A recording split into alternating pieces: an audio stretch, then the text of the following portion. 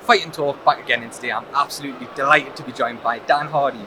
Just a couple of days now after the news broke, he's making his competitive return to the sport. Well, to combat sports, shall we say, yes. Facing Diego Sanchez on the same card as Ricky Hatton as he makes his return as well on July the 2nd in Manchester. Dan, talk us through how this sort of came about.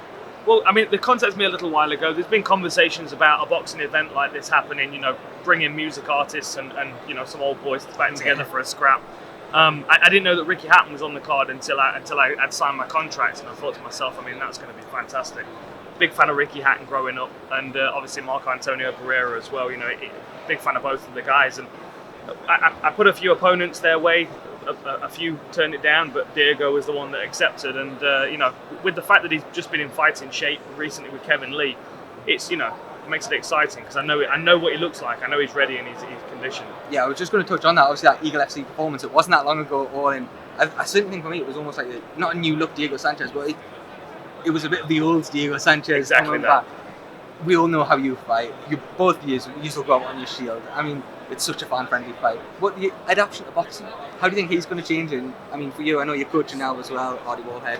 How's the change going to be for you as well, to be just using the fists? Yeah, it's going to be an interesting challenge, that one is, because obviously, his strength is his wrestling. I think he's going to want to clinch a lot and do a lot of dirty boxing, so we'll kind of see what the referee allows when it comes to that. But I think the biggest challenge for both of us will be controlling the pace, because MMA is constant. Whether you're at range or in the clinch or on the ground, the pace is still going. Whereas boxing does tend to ebb and flow. It speeds up and then it slows down, and people clinch and kind of hang out for a second. I think that's going to be a big challenge for both of us, kind of controlling the pace, especially because he's a madman anyway. And I've not fought in 10 years, so if someone starts punching me, I'm just going to want to punch him back until I run out of gas. So that's the biggest challenge for him. I know, obviously, like you say, you haven't been competing there for nigh on a decade, but you're coaching, of course. You've got a brilliant team, you and Jimmy Wallhead.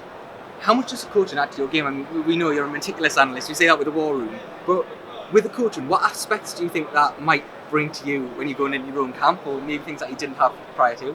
I think the more I've been coaching, the more I'm working with the guys, the likes of Tom Owen and Ryan Daniels and that, it's simplifying things to make it more transferable in a lesson, and then simple enough so they can apply it in the fight to great effect.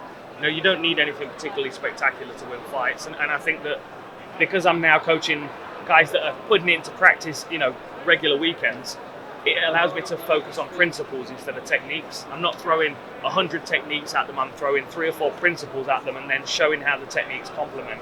And they're all smart kids as well. They challenge me, they ask me good questions. It keeps my grey matter working as well. I'm 40 this year, but I'm still a student. I'm still learning. And these guys keep me on my toes because they're enthusiastic. And they're fighting 12, 15 times a year, some of these guys. So they're constantly in the gym and getting ready to fight. So that really helps. On the team itself, I know we can see on the Rough House on Sunset, we get that little look sort of behind the wall, if you like. How good is the team? You just mentioned a few names there, but you are developing a hell of a squad down there, are you not? Yeah, we are. And what's interesting is that there are a few teams in the UK, like Shaw MMA and Next Gen. They're doing really good things right now, and I feel like we're maybe 18 months behind them. A couple of years, 18 months behind them, and then we'll be in that wave of fighters that are just running the shows in the UK. And I look across the team, the guys that we've got. Like I said, we've got Tom Owen, we've got Riley Daniels. We've got loads of guys coming through. Ella Beale fought the weekend, Josh Hood, Jack Young. We've got Spunky out there as well, who's just, you never know what he's going to do in a fight. We've got a really good core of young guys, amateurs coming through, and then the pros on top. Jimmy Wallhead's just signed a new contract to fight. Dean Truman's fighting again fairly regularly now. We've got Dan Hepworth as well. So a good group of pros, a good group of amateurs, and a good group of juniors as well that are close on the tail of the amateurs coming through. And not only the team, but if we look 4 or 5 weeks ago now, we had the UFC's return to London. Yeah. How good is UK MMA right now? No, I think even there for a fan, you were saying this for the first time. It was amazing. Yeah, that was the thing. Usually I'm so immersed in the event that I don't really get to take it in. It's a couple of days after, and I sit and watch the event back, and I'm like, wow, that was unreal. But this one in particular, what we normally have on UFC events in London is we have a couple of standout performances, like Bisping, Anderson, Silva stays in your mind forever. You never forget that. But the most recent one was just a celebration of MMA in general in the UK.